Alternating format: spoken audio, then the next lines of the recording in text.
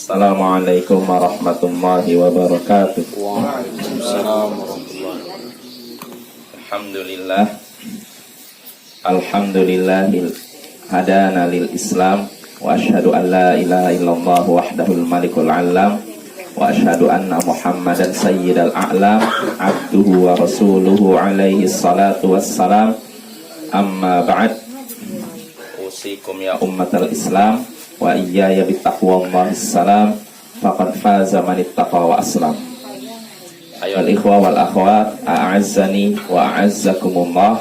Saudara-saudariku yang semoga dimuliakan oleh Allah, kita bertemu kembali di malam Kamis untuk mengkaji hadis-hadis Nabi sallallahu alaihi wasallam yang ada dalam kitab Arba'una Haditsan fit Tarbiyati wal Manhaj karya Syekh Dr. Abdul Aziz bin Muhammad bin Abdullah Sadhan hafizahullah ta'ala. Ya, pada pertemuan sebelumnya kita sudah menyelesaikan hadis ke-26. Betul?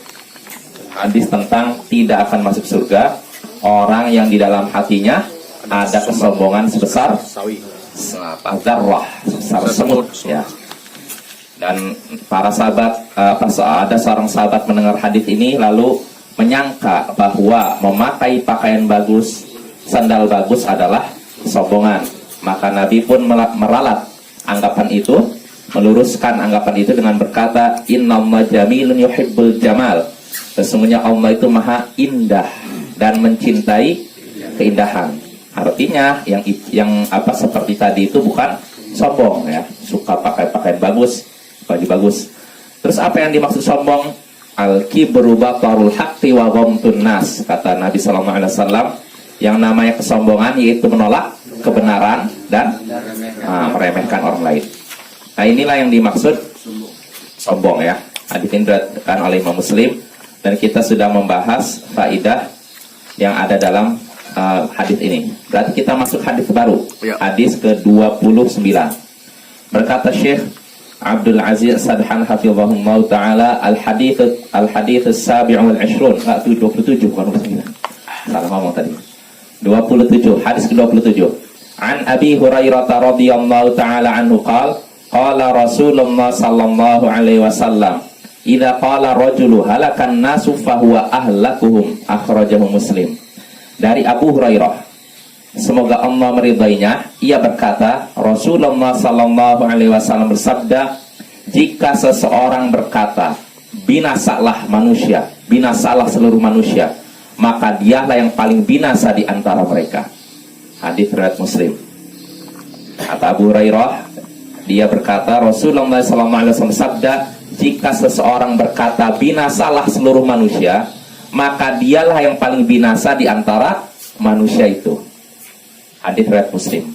Maksudnya apa? Nanti akan kita bahas saja langsung faidahnya, ya. Nanti akan kita bahas maksudnya kenapa kok seorang berkata binasalah manusia, celakalah seluruh manusia. Maka kalau ada orang seperti ini, dialah yang paling binasa di antara manusia itu. Dialah yang paling celaka di antara manusia itu. Maksudnya apa? Nanti akan dijelaskan di bawahnya, ya. Fihi, dalam hadis ini terdapat kandungan dhammut tasya'umu wa taqnitul nafsi, tercelaknya sikap tasya'um, merasa sial, merasa celaka, dan tercelaknya membuat hati menjadi putus asa. Jadi sikap pesimis, itu anaknya gitu. Tercelaknya sikap pesimis dan membuat orang putus asa. Nah, sikap ini tercela Bapak. Satunya dalam hadis di sini, dia jika seorang berkata celakalah orang-orang itu, binasalah orang-orang itu. Nah, ini kan celaan, ya tidak? Kan mencela, kan? Pesimis akan mana ini? Membuat orang ini seakan-akan gak akan beres, celaka semuanya, binasa semuanya, semuanya hancur, semuanya begini. Nah, yang seperti ini sikap pesimis, membuat orang putus asa, seakan-akan dunia tuh akan kiamat, seakan-akan gitu. Nah, ini sikap putus asa, sikap pesimis, dan itu sikap yang tidak terpuji, sikap yang tercela, Bapak.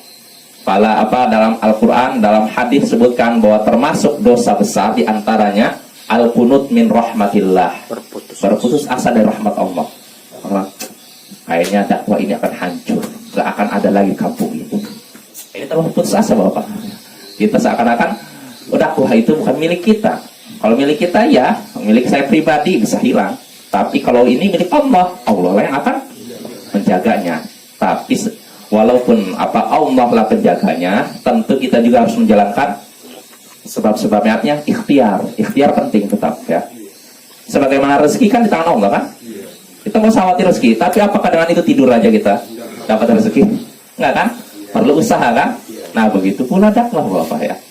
Jadi jangan sampai ada di benak kita, pikiran kita bahwa umat ini akan hancur semuanya. Kayaknya dakwah ini tidak akan berkembang. Orang-orang semuanya akan terjatuh dalam syirik, semuanya terjatuh dalam bid'ah, semuanya terjatuh dalam maksiat. Nggak akan ada lagi orang yang mengesahkan Allah di kampung ini. Nggak ada lagi orang menegakkan sunnah di kampung ini. Nggak ada lagi orang yang taat di kampung ini. Ini namanya sikap apa? Pesimis. Nah yang seperti itu tercela. Ya, nggak boleh kita menyimpan sikap seperti itu. Seorang muslim harus tafaul, optimis. Lawannya pesimis, optimis, ya kan? Pesimis, optimis. Ya, optimis, perkataannya optimis. Dan kalau ngomong sama orang lain juga menandakan optimis.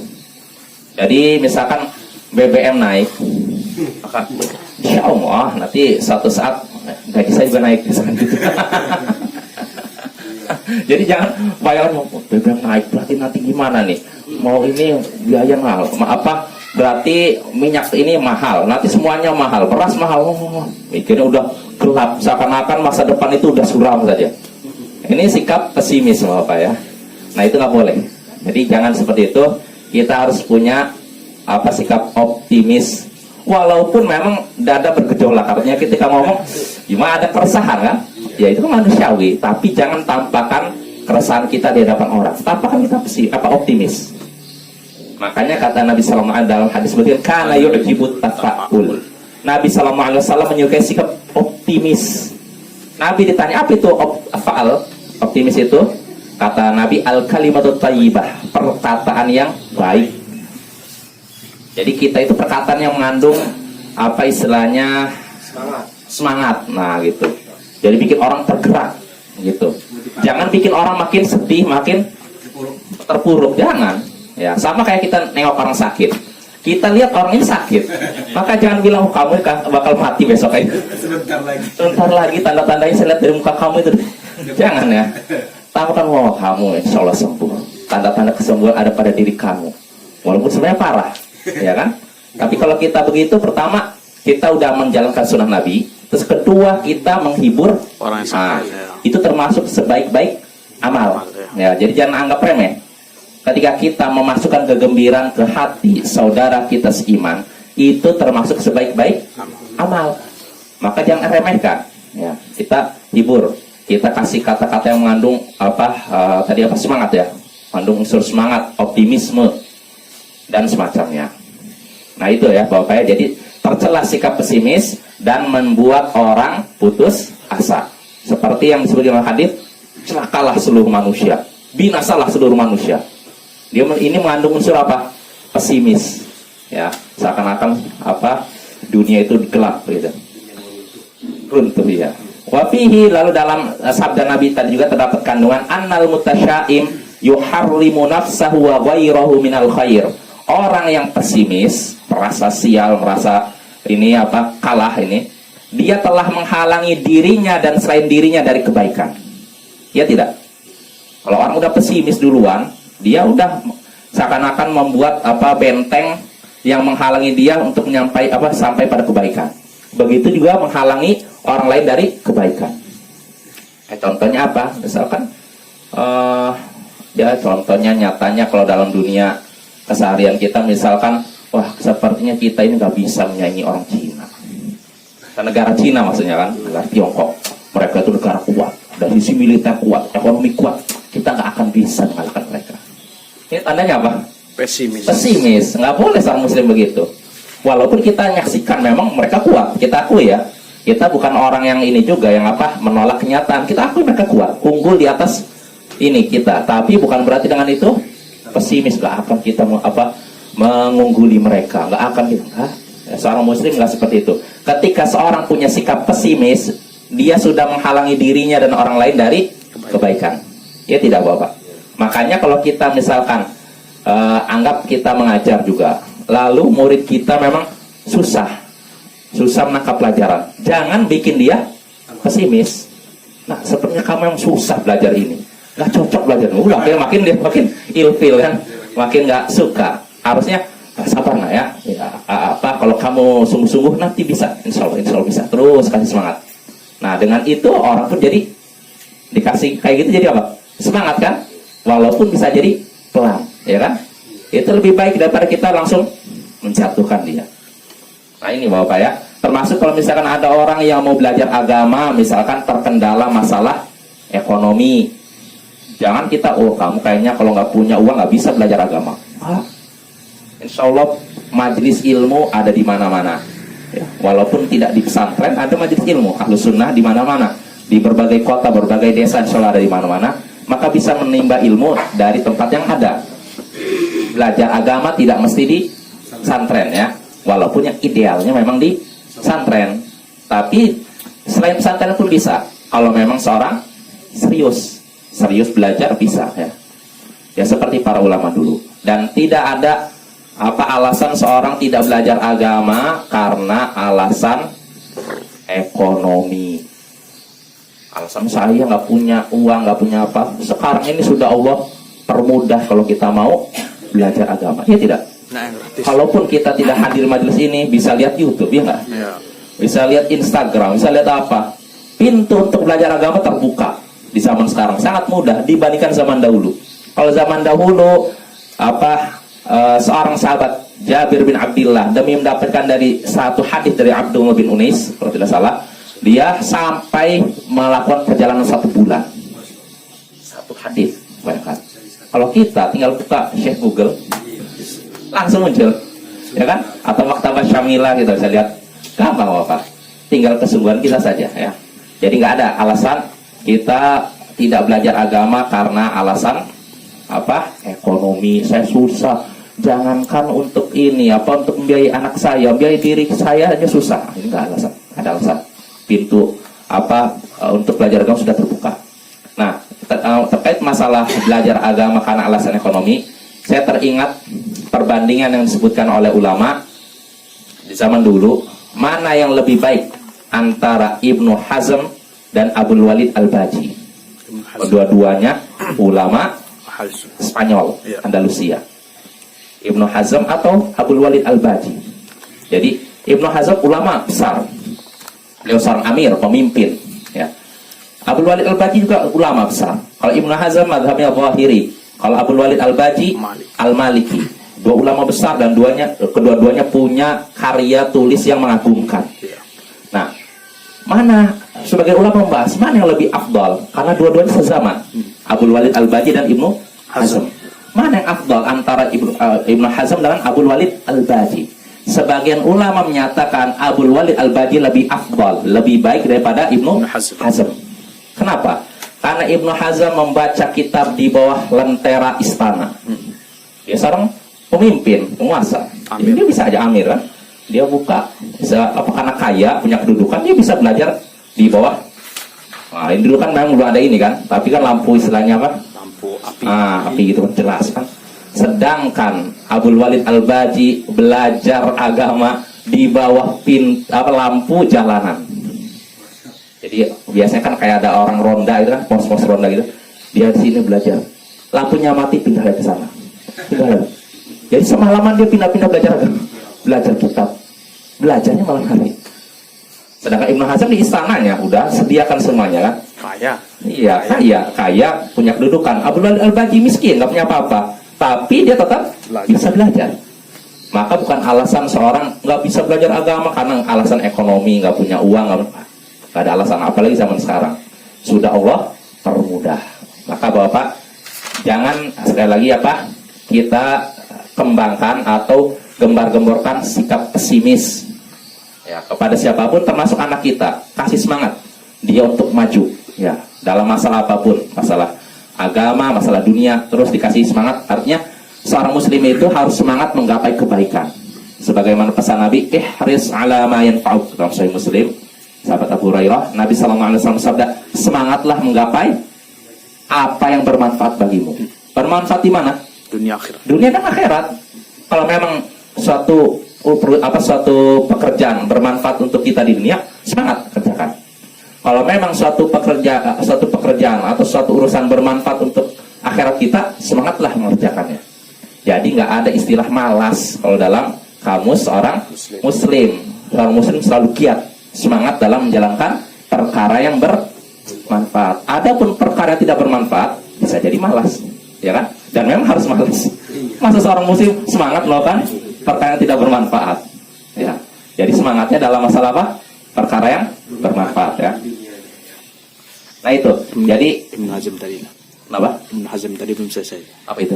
Cerita Ibnu Hazm yang lebih utama tadi. Ya, sebagian ulama menyatakan Abdul Walid Al-Baji lebih afdal pada Ibnu Hazm. Ya, dengan alasan apa? Abdul Walid Al-Baji belajar ini agama di bawah lampu jalanan, sedangkan Ibnu Hazm belajar agama di bawah lampu istana. Jadi karena keterbatasan ekonominya, ibaratnya Abdul Walid Al-Baji sampai begitu, pindah lampu ini udah mati, pindah lagi ke pasar, terus muter-muter di jalanan Andalusia begitu. Ini ada sebagian ulama gitu. Walaupun ada lagi ulama yang berpendapat Ibnu Hazm lebih afdal. Dengan alasan apa? Orang kalau sudah fasilitasnya tersedia semua, cenderungnya apa? Malas lah. Enak tidur-tiduran kan? Tapi Ibnu Hazm bisa melawan semua itu, dia belajar. Nah, ini ada sebagian ulama menyatakan gitu. Ibnu Hazm lebih afdal daripada Abdul Walid Al-Baji. Wallahu a'lam. Menurut bapak-bapak yang mana yang afdal? Ya, tentu saja dua-duanya baik ya. Dua-duanya punya keutamaan. Tapi yang lebih utama Abdul Walid Al-Baji. Itu Pak Qatar. Kalau ini Pak Budi apa? Ibnu Hazm atau Abdul Walid Al-Baji? Ibnu Hazm, itulah kurang lebih lah. Ada perbedaan pendapat ya. Iya, dua-duanya memang ulama yang luar biasa. Unggul dan berilmu kan. Ya, kita lanjut. Nah, itu faidah kedua ya. Lalu berikutnya kata Imam kata Syekh Abdul Aziz Sadhan, wa fihi al-hadzaru min tazkiyatin nafs. Dalam hadis ini terdapat kandungan agar berhati-hati dari tazkiyatun nafs, memuji diri sendiri, menyucikan diri sendiri. Ya, contohnya ketika ini disebutkan dalam hadis tadi, jika seorang berkata binasalah seluruh orang, maka kata Nabi dialah yang paling binasa. Jadi seakan-akan dia apa? Saya lebih baik orang itu. Nah itu, seakan-akan muji diri sendiri. Nah, sifat seperti ini tercela, harus hati-hati. Maka jangan, sekali lagi Bapak, kita memandang orang lain yang terjatuh dalam maksiat atau bid'ah sekalipun, kalau memang dia belum berjaya, jangan kita mandang rendah, nggak boleh. Terus apakah artinya kita merendahkan diri di hadapan mereka? Enggak juga. Seorang Muslim harus mulia tapi tidak sombong, rendah hati tapi tidak hina. Bisa dipahami, Bang. Jadi kita nih menghadapi pelaku maksiat atau pelaku bid'ah sekalipun, kita nggak boleh mandang diri kita lebih tinggi daripada mereka. Ini rendah, nggak boleh. Tapi jangan juga kita menghinakan diri di hadapan mereka. Enggak, biasa aja. Sama kayak kita ketemu orang teman kita, biasa aja kan? Kalau kita ketemu teman kita, teman akrab seangkatan, apakah kita merendahkan diri di hadapannya? Enggak kan? Atau kita memandang diri kita lebih tinggi? Enggak kan? Biasa aja kan? Nah, begitulah orang Muslim. Jadi jangan sombong dan jangan juga minder, istilahnya gitu. Jelas Bapak ya? Itu sikap kita. Nah, makanya di sini jangan di sini terdapat peringatan dari sikap tadi, memuji diri sendiri. Memuji diri sendiri, menganggap diri lebih baik, dirinya lebih suci daripada orang lain. Nggak boleh seperti itu. Nah, itu faidah ketiga. Wafihi, lalu dari faidah keempat, dalam hadis ini terdapat kandungan anna da'iyal khairi la yahqiru juhdan yastati'u taqdimahu walau kana yasiran. Bahwasanya orang dai yang mengajak pada kebaikan, orang yang mengajak pada kebaikan tidak meremehkan usaha yang sanggup ia persembahkan walaupun itu sedikit. Seorang dai yang mengajak pada kebaikan tidak meremehkan usaha yang sanggup ia keluarkan walaupun itu sedikit. Artinya begini, kan orang ini ketika berkata yang disebutkan hadis binasalah seluruh orang, dia merasa nggak ada manfaatnya saya ngasih, seakan-akan nggak ada manfaatnya saya ngasih nasihatnya, nggak usah binasa semuanya. Nah yang seperti ini nggak pantas. Artinya seorang dai jangan sampai dia menganggap kalimatnya, nasihatnya, tulisannya tidak akan bermanfaat, tidak akan menyentuh umat. Nah, tetap sampaikan, walaupun sekali lagi bisa jadi anggap Bapak dari 100 orang yang misalkan atau di YouTube lah atau apalah, misalkan ceramah tulisan, seorang dai mengirim tulisan disebarkan di mana, ada 100 orang yang baca, misalkan anggap 100 orang yang baca, yang benar-benar baca misalkan cuma 20 orang, 80-nya cuma lihat, yang serius baca 20 orang. Dari 20 orang yang menerima tulisan itu cuma 2 orang. Ini gitu kan? Apakah dengan itu cuma 2 orang dah, nggak usah nulis lagi, nggak usah ceramah lagi, nggak usah? Gimana? Tidak. Tetap lanjut. Ya, jadi jangan meremehkan usaha kita walaupun sedikit. Bisa jadi satu kalimat kita nih, satu perkataan kita menyentuh hati seorang, lalu dia dapat hidayah, ya tidak? Dan bisa jadi orang itulah yang bisa mengantarkan kita ke surga, ya tidak? Karena amal jariah kan? Ya. Kita ngasih nasihat, lalu orang itu sentuh, terus inspirasi dengan ucapan kita, akhirnya dia baik, kita dapat pahala. Maka jangan meremehkan Allah, karena bisa jadi kita ngasih nasihat selama 10 tahun, tapi di suatu waktu, di tahun ke-10 dia tersentuh. Mungkin tidak? Di tahun pertama nggak menerima, 2, 3, 4, 9. Nah, di tahun ke-10 dengar ini, saya jadi teringat itu yang pernah dikirim di grup itu, yang Ustaz Erwandi Tirmizi kan, yang katanya di satu daerah katanya ada seorang tokoh yang menentang dakwah sunnah. Ya kan, dia tentang dakwah sunnah, setiap ada kajian sunnah dia bubarkan, dia punya kayak preman mau bubarkan kajian. Nah suatu hari katanya di grup, saya malah tahunya, jadi dia ini sakit, dalam sakit dia mendengar ada suara murotal. Nggak tahu dari mana ini suara murotal, suara ngaji ini. Ini dari radio Roja katanya. Hah? Radio yang selama ini saya musuhi gini. Dia tersentuhnya ketika lagi sakit dengar itu. Akhirnya dia yang tadinya penentang keras dakwah sunnah, di kemudian hari malah jadi pembela. Itu Bapak.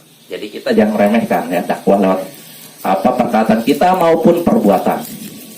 Terutama perbuatan Bapak. Biasanya orang itu lebih tersentuh dengan perbuatan daripada perkataan. Maka kita artinya dakwah ini tidak cukup dengan perkataan aja. Karena kalau perkataan bisa jadi orang sudah nggak mau lah, orang Wahabi ini lewat, ya kan? Tapi dengan perbuatan, ini nggak bisa ditolak, ya tidak? Itu lebih menyentuh dibandingkan perkataan. Sampai-sampai Syekh Mukbil bin Hadi Al-Wadi'i, kalau bapak-bapak tahu kisahnya, beliau itu dulu kan pernah kuliah di Saudi, S1, S2, mau S3 beliau dideportasi oleh pemerintah Arab Saudi gara-gara beliau dianggap ikut kelompok Juhaiman. Juhaiman itu yang mengapung Masjidil Haram yang sudah kita bahas itu kan. Jadi beliau difitnah, katanya ikut kelompok itu, dideportasi beliau. Nah beliau merasa dizalimi oleh pemerintah Arab Saudi. Sampai akhirnya setelah beliau diusir istilahnya, kampung-halamannya beliau tetap dakwah, tapi sikap beliau terhadap pemerintah Arab Saudi termasuk keras.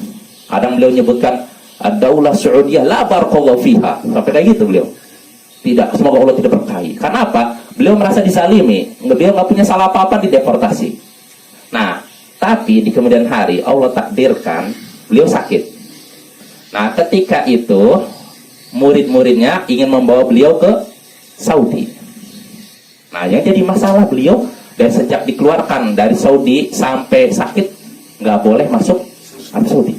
Nah, tapi ketika itu murid-muridnya melobi orang di Arab Saudi, dan orang di Arab Saudi ketika itu Syekh Muhammad bin Shalih Al-Utsaimin, ulama besar ketika itu, mendengar bahwa Syekh Mukbil sakit, maka beliau mendekati Raja Fahad, ketika itu Raja Fahad, minta istilahnya rekomendasi. Dan beliau masuk aja lah, izinkan. Akhirnya beliau pun diizinkan masuk ke Arab Saudi setelah sekitar 20 tahun, tahun 83, hampir 20 tahun beliau nggak bisa masuk Arab Saudi. Bisa, dan beliau merasa luar biasa senang gitu. Nah, ketika beliau diberangkatkan dari Bandara Son'a ke Riyadh kalau nggak salah, beliau disambut dengan luar biasa oleh pemerintah Arab Saudi. Artinya benar-benar dimuliakan. Padahal sebelumnya ya kan? Beliau disambut, bahkan yang nyambut langsung ininya, kalau nggak salah gubernur atau siapa itu, menteri atau apa gitu, sambut, disediakan rumah sakit yang bagus, Sampai ada beliau ini apa untuk keluarganya disediakan hotel. Nah, kata beliau yang saya ingat tuh gini. Sebenarnya kata beliau saya itu orang yang tidak mudah terpengaruh oleh perkataan.